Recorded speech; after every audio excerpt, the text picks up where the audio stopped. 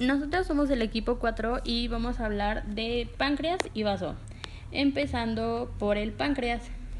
Esta se considera una glándula mixta debido a su secreción que se divide en dos, en externa e interna. La externa es la que comprende el jugo pancreático y esta es vertida en el duodeno por medio de los conductos pancreático principal y accesorio. Después tenemos su secreción interna, que esta comprende la insulina, el glucagón, la somatostatina y el polipéptido pancreático. Estas se vierten en la sangre y son las que ayudan a la regulación del metabolismo. El páncreas es una víscera que se encuentra estrechamente unida en comunicación con tres estructuras, que es el duodeno,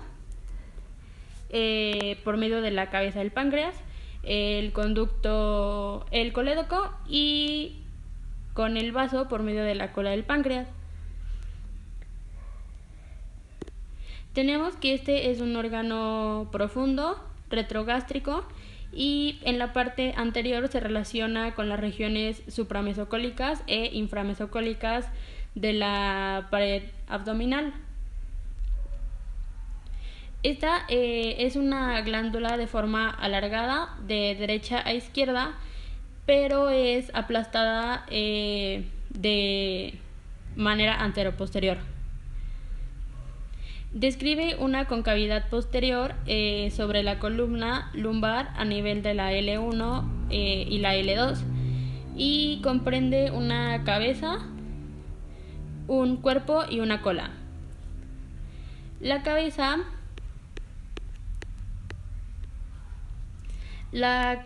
está orientada hacia adelante y a la derecha y es enmarcada por el duodeno, como podemos ver acá.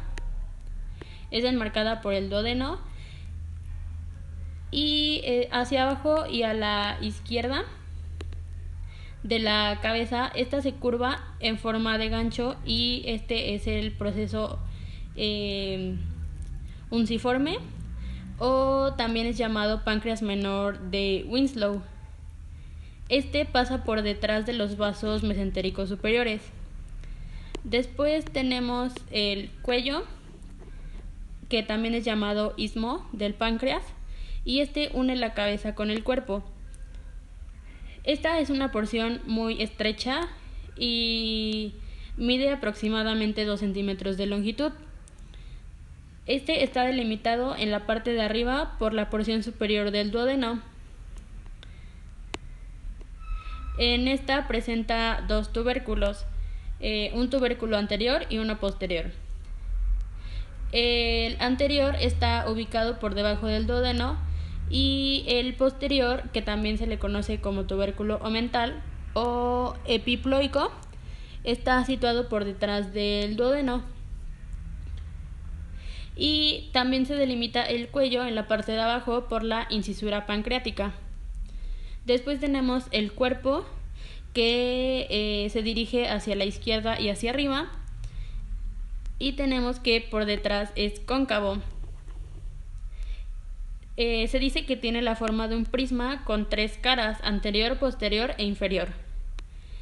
Después tenemos la cola, que es la extremidad izquierda del páncreas, y esta está dirigida hacia el hilio del vaso. Tenemos que existen variaciones de acuerdo a su estructura, por ejemplo la de un páncreas anular, que es cuando este rodea por completo la porción descendiente del duodeno a la altura de la ampolla hepatopancreática. También se encuentra un páncreas dividido, que este es cuando cada porción del páncreas en su disposición embriológica se queda con su conducto excretor propio. Hablando de su constitución anatómica, tenemos que esta glándula está formada por dos tejidos diferentes, que es su glándula de secreción externa y su glándula de secreción interna. La secreción externa se comprende de ácinos glandulares.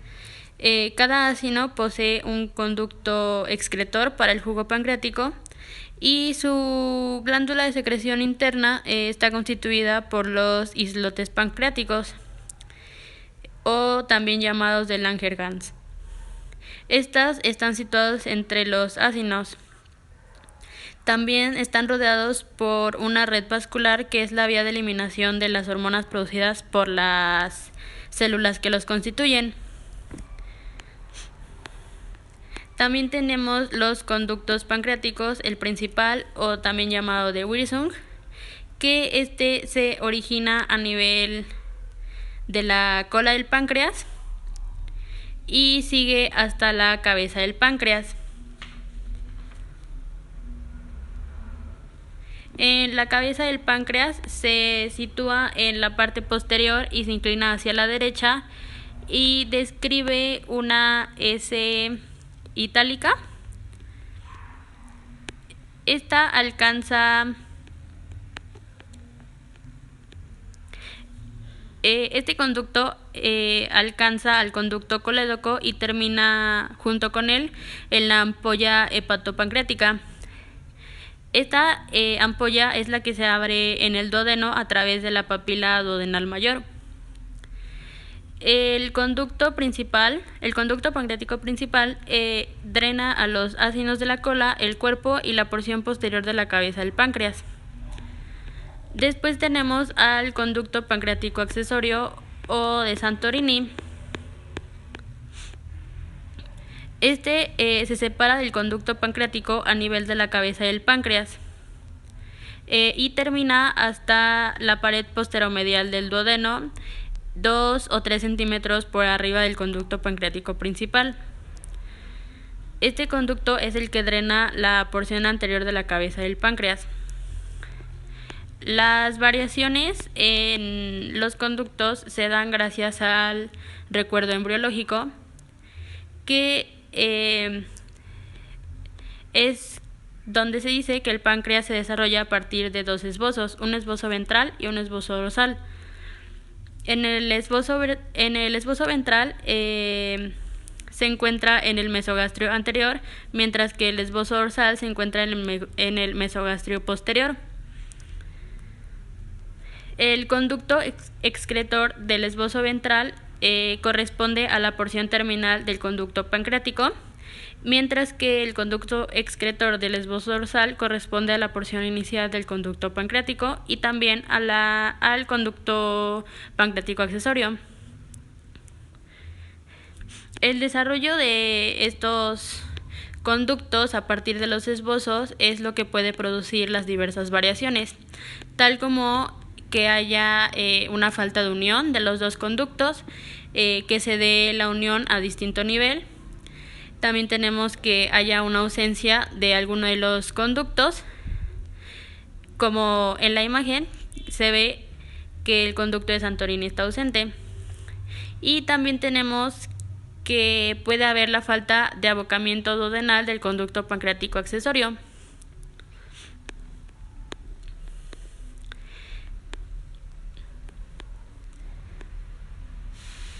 Pasando a los medios de fijación del páncreas, se dice que es uno de los órganos más fijos de la cavidad peritoneal, gracias a que se encuentra unido al peritoneo parietal posterior primitivo de la pared abdominal posterior. También se encuentra en íntima relación con el duodeno y también gracias a las raíces vasculares que lo enrollan por todas partes. En su adosamiento a la pared posterior tenemos que la cabeza pancreática se fija al peritoneo parietal posterior por la fascia retroduodenopancreática, o también conocida como fascia de Treitz. Esto es en la cabeza pancreática, mientras que el cuerpo en su cara izquierda se fija atrás gracias a la fascia retropancreática, o también conocida como fascia de Tolt.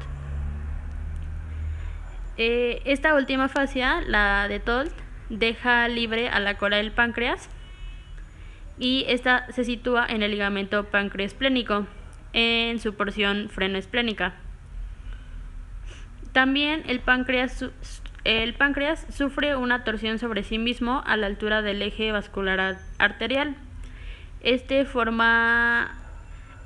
torsión es la que forma el límite entre los dos adosamientos.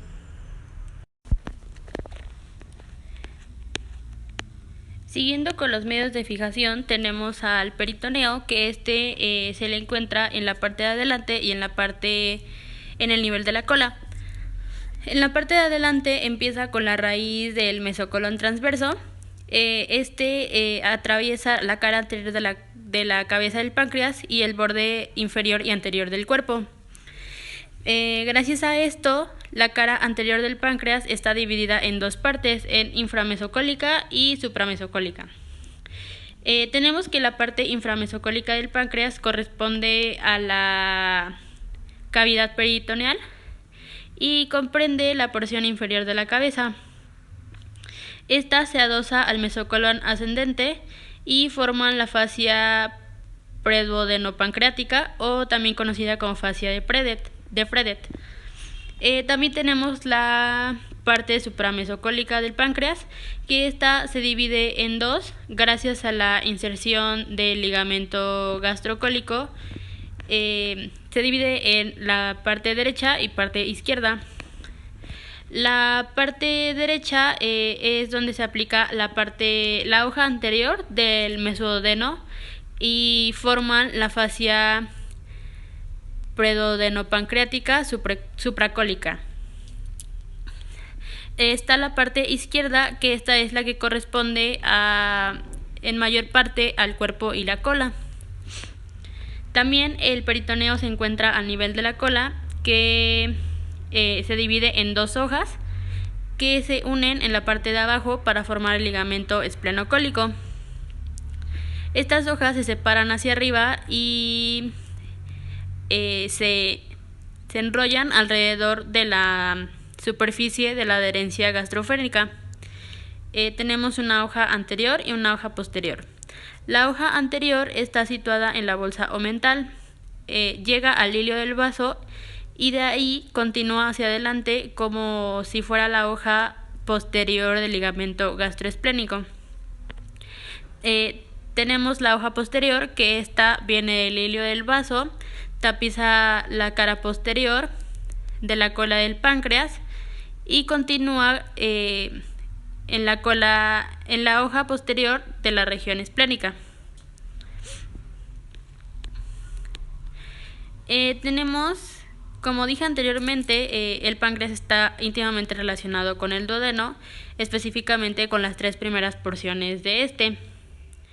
Tenemos que está relacionado a nivel de la porción superior, que comienza después del cruce con la arteria gastroduodenal. Está relacionado a nivel de la porción descendente, que es aquí se encuentra la mayor adherencia a la altura de las terminaciones de los conductos excretores del páncreas y del hígado. Estos están unidos por tejido conectivo muy denso. Y por último se encuentran estrechamente relacionados a nivel de la porción horizontal, que esta es muy delgada su unión, muy simple, muy fácil de liberar, y termina en el proceso unciforme. Este ya queda dependiente del duodeno. Vamos a hablar sobre las relaciones del páncreas. Para esto hay que recordar que el estudio del páncreas tiene cuatro segmentos, el cual consiste en tener una cabeza, un cuello, un cuerpo y una cola. En las relaciones del páncreas vamos a hablar sobre las relaciones de la cabeza y del cuello del páncreas, las relaciones del cuerpo y de la cola del páncreas. Las relaciones de la cabeza y del cuello del páncreas.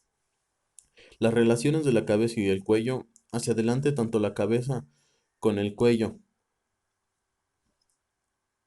como eh, son atravesadas por la raíz del mesocolon transverso. El mesocolon transverso pasa aquí donde se está señalando, más o menos a esta altura, el cual este,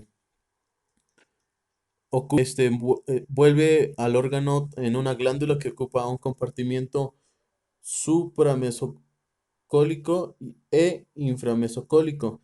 El supramesocólico está por arriba y el inframesocólico por abajo, como se está señalando. Además, la parte anterior del páncreas va a estar en relación con el estómago y el píloro. El estómago y el píloro más o menos van a estar a esta altura. Nada más que en esta imagen no se puede ver, pero está anterior al páncreas, el estómago y el píloro. También tiene relaciones arteriales importantes. Están en relación con la arteria pancreática duodenal superior, que sería esta, de las que están acá. Es la que está aquí.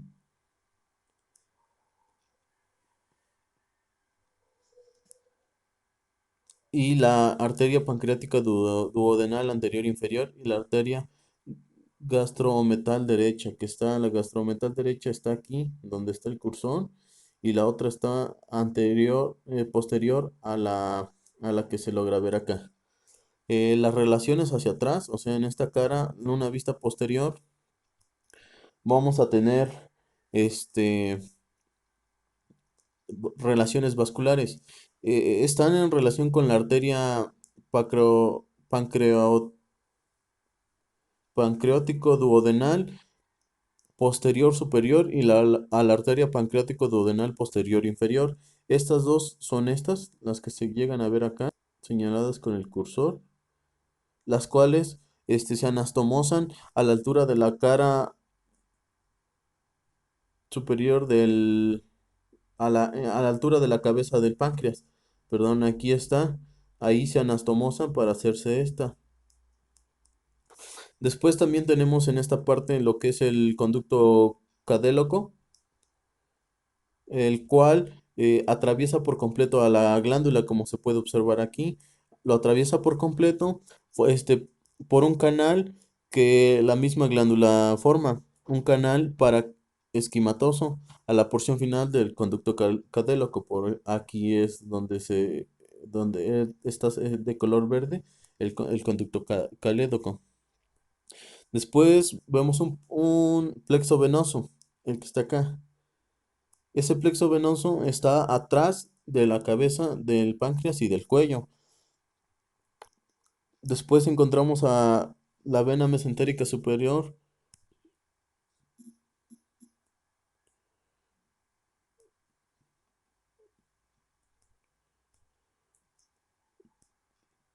La mesentérica superior estaría por acá, en esta dirección,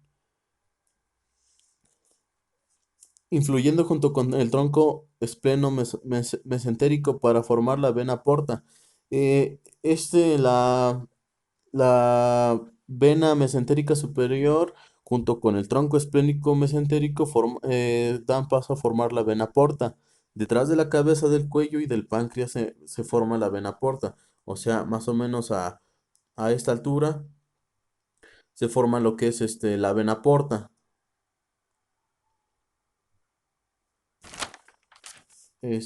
Por detrás de la vena porta vamos a encontrar nuestra vena cava inferior, con la cual están divididas por una fascia que se llama la fascia retroduodenal pancreática, que está entre la vena cava y la porta.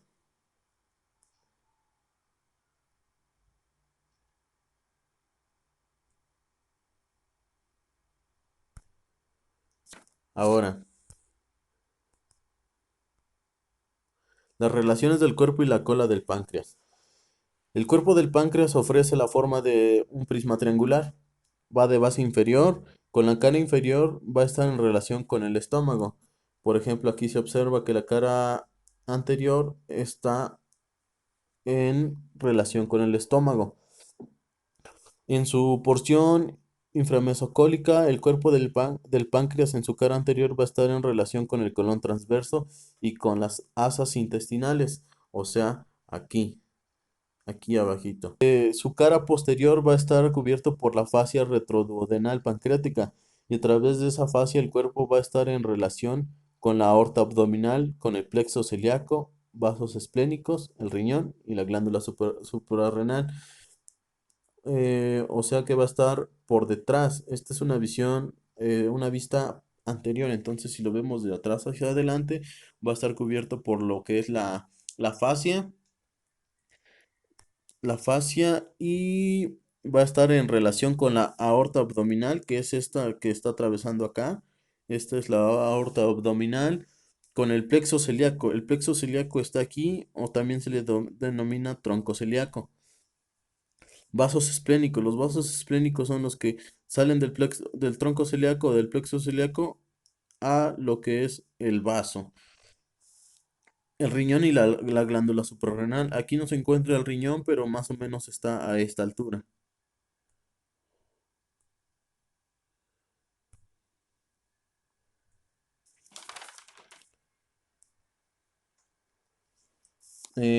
La cola del páncreas. La cola del páncreas es este. Es esta la cola del páncreas, esta. Es móvil, no es retroperitoneal, supramesocólica.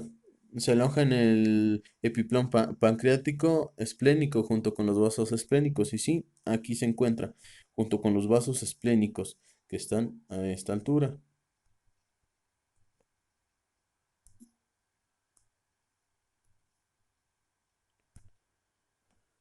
Ahora vamos a hablar de los vasos y los nervios del páncreas. Vamos a empezar con las arterias. El páncreas tiene bastante similitud con lo que es el duodeno, debido a que hay íntimas relaciones que presentan ambos órganos. El páncreas va a estar irrigado por la arteria hepática, la arteria esplénica y por la arteria mesentérica superior. La arteria hepática, aquí la podemos ver, es esta que sale. Este, Va hacia afuera y da ramos a la arteria gastroduodenal. La arteria gastroduodenal viene de la arteria hepática y baja la gastroduodenal. Luego, ya que dio ramos, se convierte en la arteria hepática propia, la cual asciende. Aquí se ve que asciende la arteria hepática. La arteria gastroduodenal, como dijimos anteriormente, desciende, o sea, viene de arriba hacia abajo.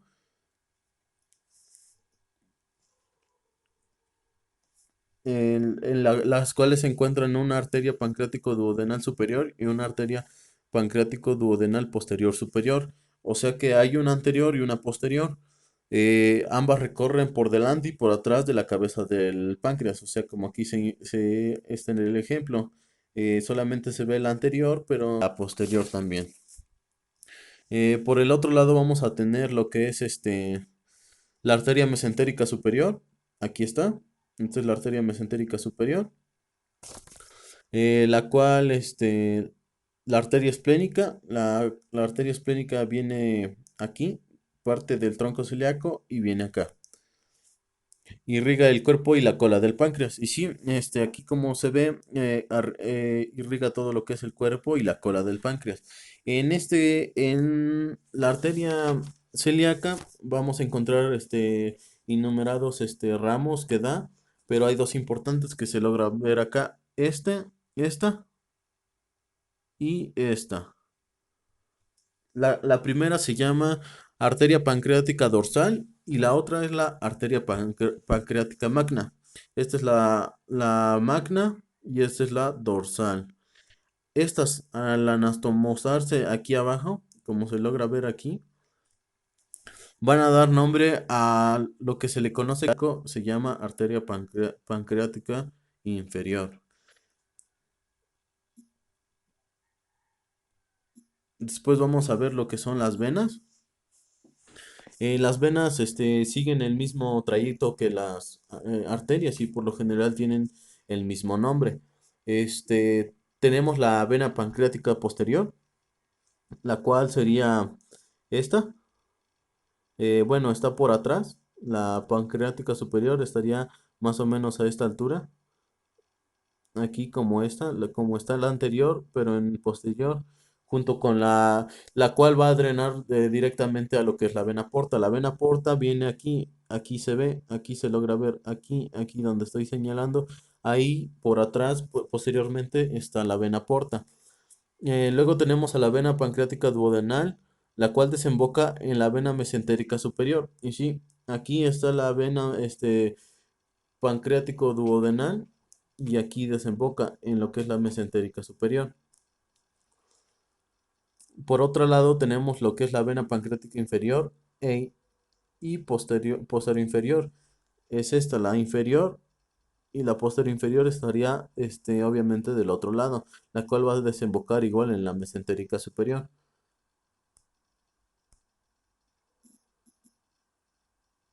Ahora vamos a ver lo que es la inervación.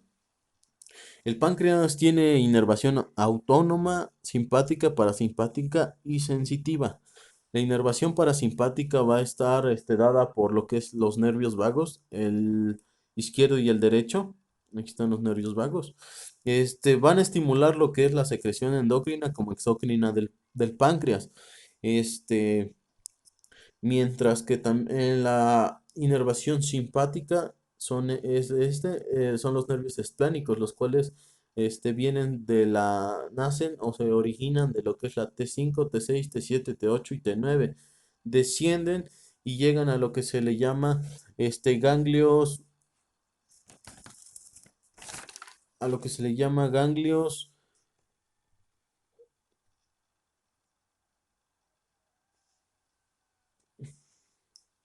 semilunares, donde emiten fibras simpáticas que se encargan de inhibir lo que es la secreción del páncreas. Entonces, lo que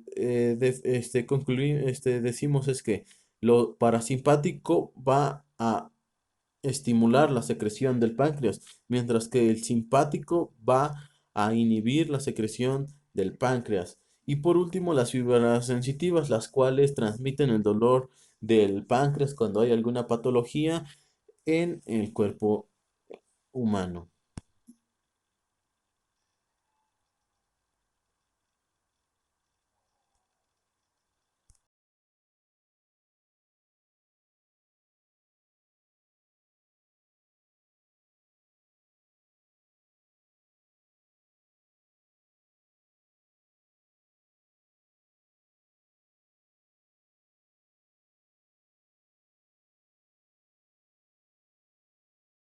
Mi nombre es Emilio y yo le voy a hablar acerca de los vasos y los nervios. Tenemos como principal a la arteria esplénica. Es una arteria primitiva del estómago y del mesogastrio. Se origina en el tronco celíaco enfrente de la primera lumbar. Como podemos observar, aquí tenemos nuestra primera lumbar en esta parte. Se va a originar enfrente. Aquí tenemos nuestro tronco celíaco y básicamente está separado del origen de la arteria hepática común de la vena gástrica izquierda. Está en relación con el borde superior del páncreas, pero pronto se sitúa en la cara posterior de este órgano y pasa por la cola y llega hasta lo que sería el hilio del vaso, donde se va a dividir en dos ramas terminales, una superior y una inferior.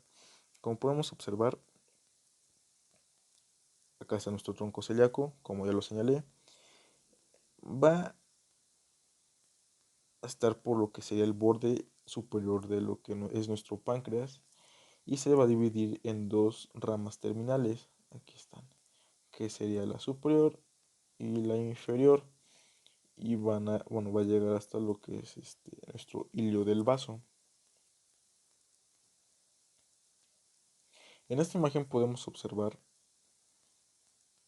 que ya fue extraído nuestro vaso y así es como básicamente se vería nuestra arteria esplénica. Tenemos tres tipos de segmentos. En esta parte va a estar el suprapancreático, seguido de lo que sería el retropancreático, que se va a encontrar en la parte de atrás, y uno final, que es el segmento terminal. ¿Ok? Nuestro primer segmento suprapancreático pertenece a la región celíaca, como ya les enseñé. Bueno, la arteria se encuentra hundida en lo que es el plexo celíaco y sus ramas. Está situado detrás del peritoneo parietal y detrás de la porción retrogástrica de la bolsa omental. Aquí se produce la úlcera angioterebrante, que al contactar con la arteria se erosionan y producen hemorragias gástricas cataciclísmicas. El segundo segmento retropancreático básicamente va a compartir la relación con lo que sería el cuerpo del páncreas. Anteriormente va a estar la cara posterior del estómago a través de la bolsa omental. Posterior va a estar la raíz y la celda renal izquierda. Y abajo básicamente se encuentra la vena esplénica. Por último tenemos lo que sería el segmento terminal, que básicamente la arteria pasa por lo que es el borde superior y luego por delante de la cara anterior de la cola. La vena quedará por debajo de la arteria y estos dos vasos llegarán al ligamento pancreático esplénico, como ya les mencioné en esta parte. Ok, pasamos a ramas colaterales. Bueno, las ramas colaterales son ramas pancreáticas, que son numerosas y pequeñas, están destinadas al cuerpo y a la cola, así como la arteria pancreática dorsal. Aquí tenemos la arteria pancreática dorsal. Después tenemos lo que serían las ramas gástricas posterior o las gástricas cortas. Aquí tenemos la gástrica posterior, aquí tenemos la corta y aquí tenemos las cortas. Básicamente irrigan a la cara posterior del fundus gástrico, epicardias y la cara posterior del esófago abdominal. Después vamos a tener la arteria gastroomental izquierda, que nace del tronco de la arteria esplénica y se dirige al estómago por el ligamento gastroesplénico y lo va a bordear enseguida de izquierda a derecha en la curvatura mayor del estómago, como podemos observar así. También cabe mencionar que también vamos a tener ramas de nódulos linfáticos. Estas se van a encontrar en lo que sea en esta parte, ahora se los muestro en una imagen un poco más adelante, pero está destinada a los nódulos linfáticos esplénicos. Como ya les mencioné, las ramas terminales son dos, que va a ser la rama superior y la rama inferior. Bueno, básicamente la rama inferior se va a dirigir hacia abajo, y va a tener tres tipos de arterias. Las arterias para los vasos, que van a ser 2 a 5, que se van a encontrar en esta parte. Vamos a tener las arterias gástricas cortas,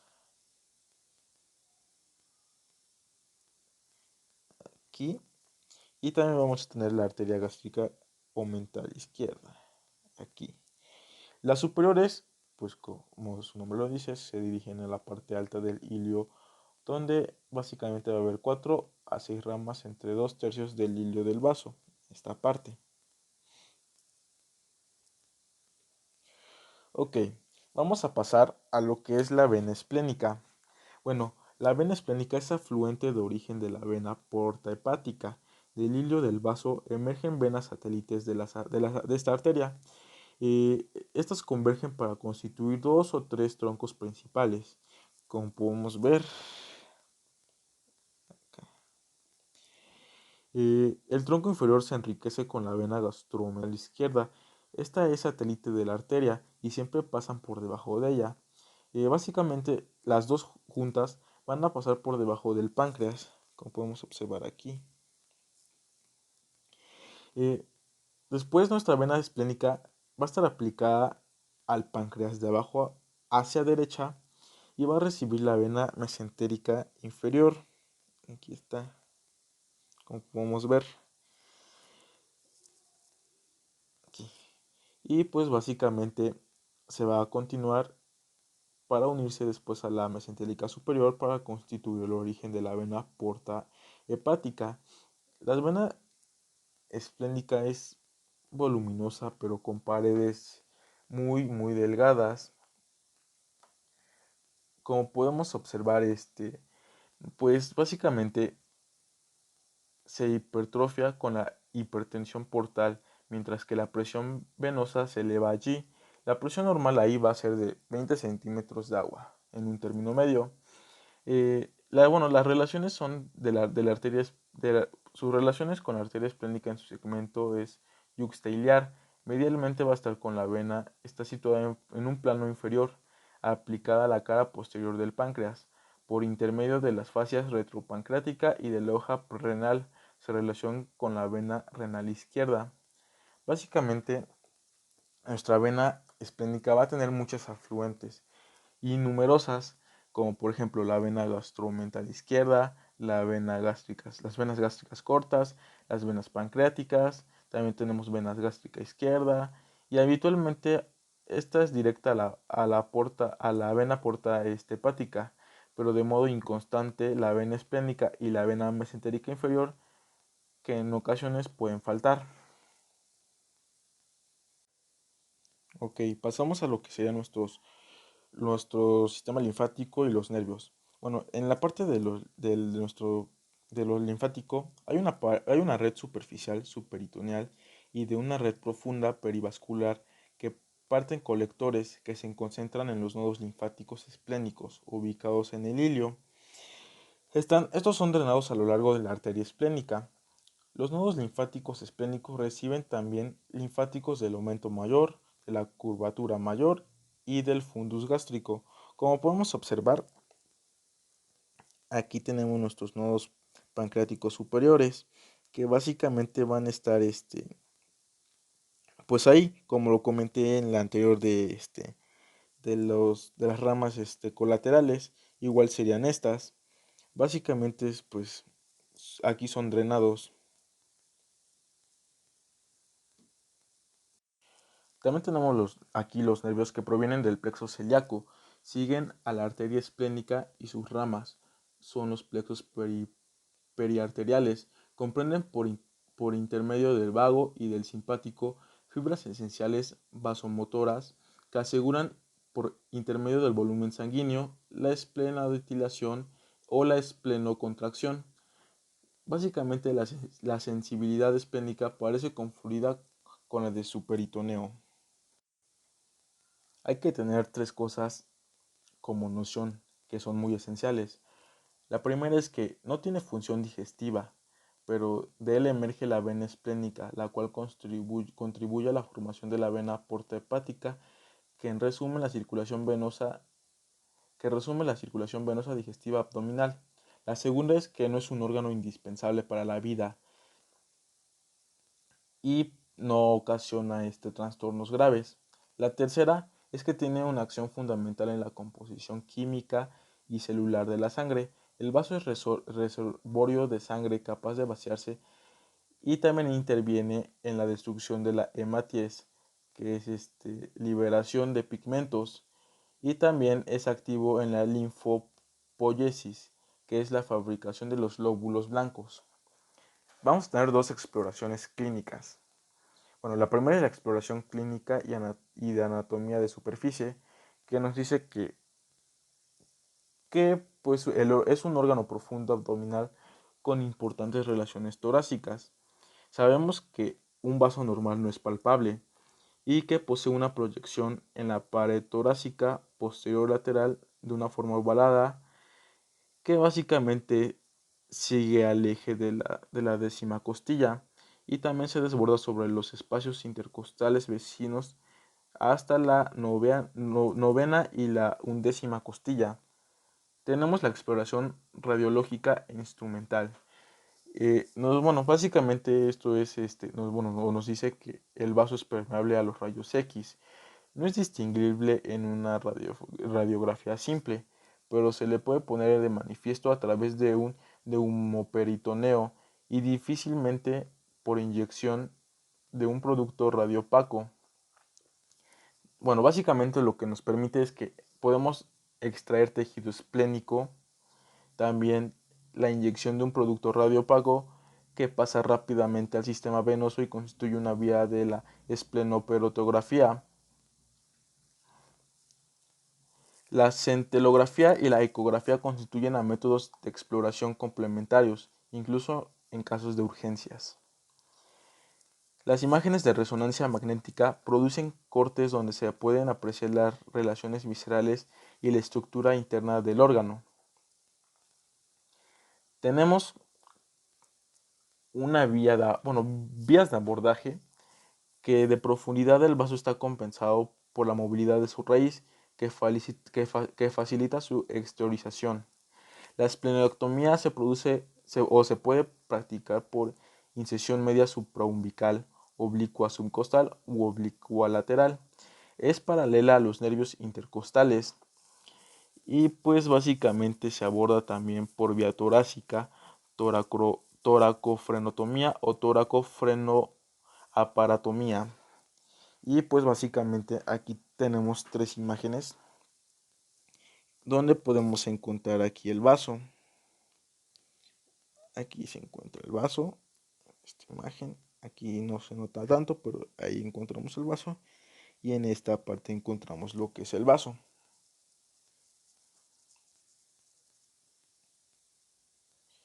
Y pues básicamente sería todo de mi parte.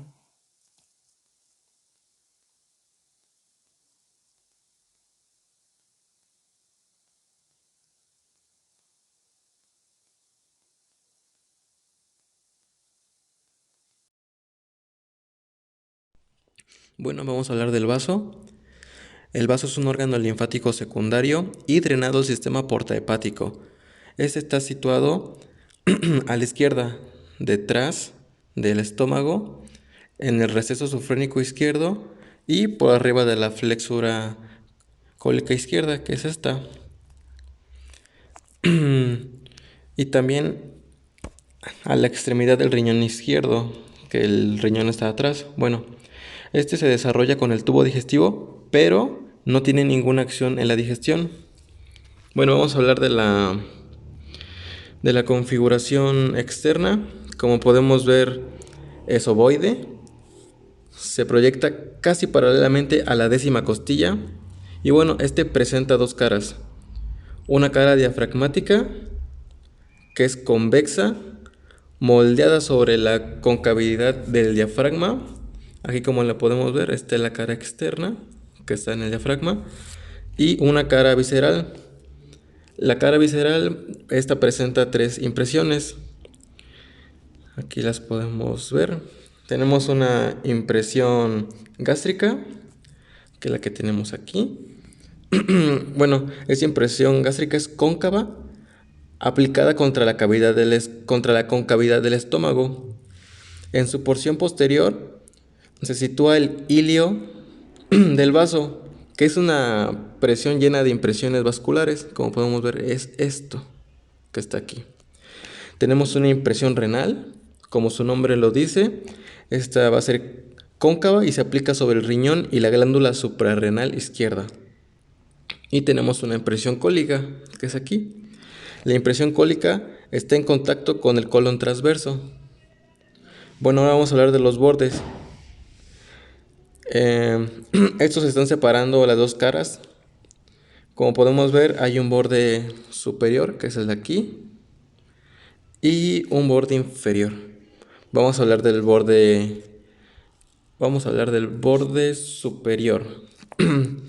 El borde superior es convexo e irregular, marcado por 2 o 3 escotaduras. Se ubica entre la impresión gástrica y la cara diafragmática, que es la que está detrás de esto. Tenemos un borde inferior, es redondeado y rectilíneo. Este está situado entre la cara diafragmática, que está acá atrás, y entre la impresión renal. Bueno, ahora vamos a hablar de las extremidades o polos. Esta presenta 2 extremidades, una extremidad posterior y una anterior. La extremidad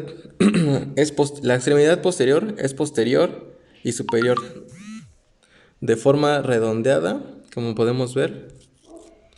Tiene una forma redondeada. Y tenemos una extremidad anterior, que es anterior e inferior. Cuando la impresión cólica es amplia, su forma general es redondeada.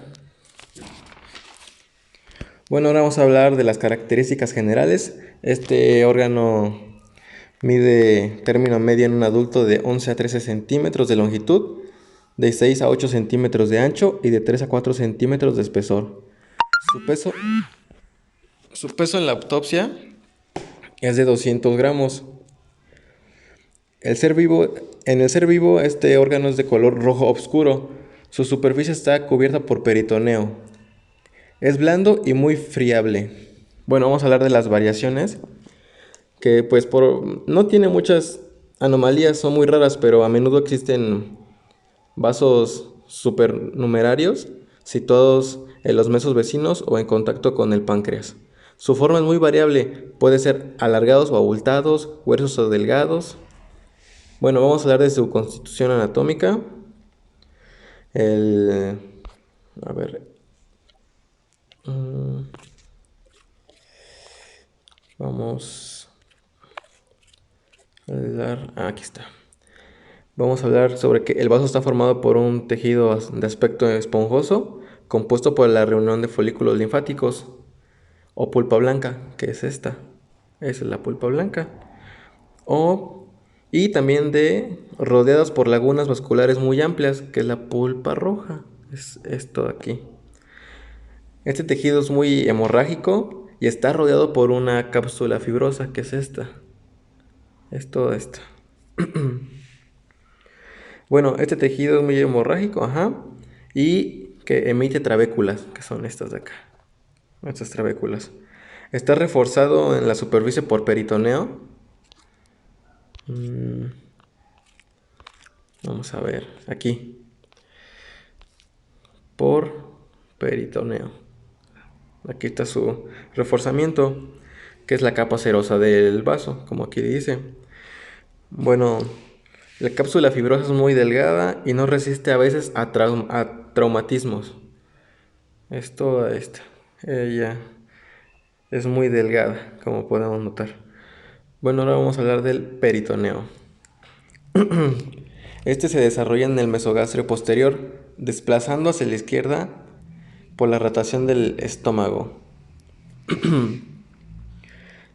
El órgano se encuentra reunido adelante por el estómago, atrás con la cola del páncreas, como podemos ver. Es aquí donde llega la arteria esplénica. Aquí, mire, esa es la arteria esplénica. Y su sangre es destinada al estómago, pero en su mayor parte hacia el vaso. El vaso está ampliamente peritonizado en todo su alrededor. Bueno, el peritoneo que tapiza el vaso se encuentra alrededor del ilio y de allí hacia adelante y atrás. Aquí está el ilio, como ya lo había mencionado, y está tapizado por peritoneo. Como habíamos dicho, en la parte adelante, la hoja anterior forma la hoja izquierda o anterior del ligamento gastroesplénico y se prolonga sobre su cara anterior del estómago, así. Ahora vamos a hablar de atrás. Se refleja sobre la cara posterior de la cola del páncreas, como aquí lo podemos ver. Se acerca al ilio del vaso formando la hoja anterior del ligamento pancreatoesplénico. Bueno, ahora vamos a hablar de estos ligamentos que son muy importantes. Vamos a hablar del ligamento gastroesplénico, que está aquí. Es de dirección oblicua. Se vuelve transversal aquí, como podemos ver, cuando se tracciona del estómago hacia la derecha. Este contiene vasos gastroepiploicos y los vasos cortos del estómago. Bueno, ahora vamos a hablar del ligamento pancreatoesplénico. Este contiene la cola del páncreas, que a menudo está en contacto con el vaso. Y bueno, este contiene la arteria y la vena esplénica. Estos dos ligamentos, como podemos ver, el ligamento gastroesplénico y el ligamento pancreatoesplénico, se unen arriba y abajo del ilio del vaso. Aquí, como lo podemos ver, se unen aquí. arriba y abajo. Arriba, como podemos notar, se unen, esos dos se unen para cerrar la transcriptividad de los epiplones, del epiplón que diga. Aquí miren, aquí es todo el epiplón, la transcriptividad del epiplón. Y bueno, abajo las hojas se unen para cerrar por debajo la transcriptividad del epiplón. O sea, para resumir, por arriba se unen sus hojas para cerrar la transcriptividad del epiplón, y por debajo igual se unen para cerrar la transcavidad inferior del epiplón. Y bueno, el vaso está separado del colon y del mesocolon por el espacio peritoneal.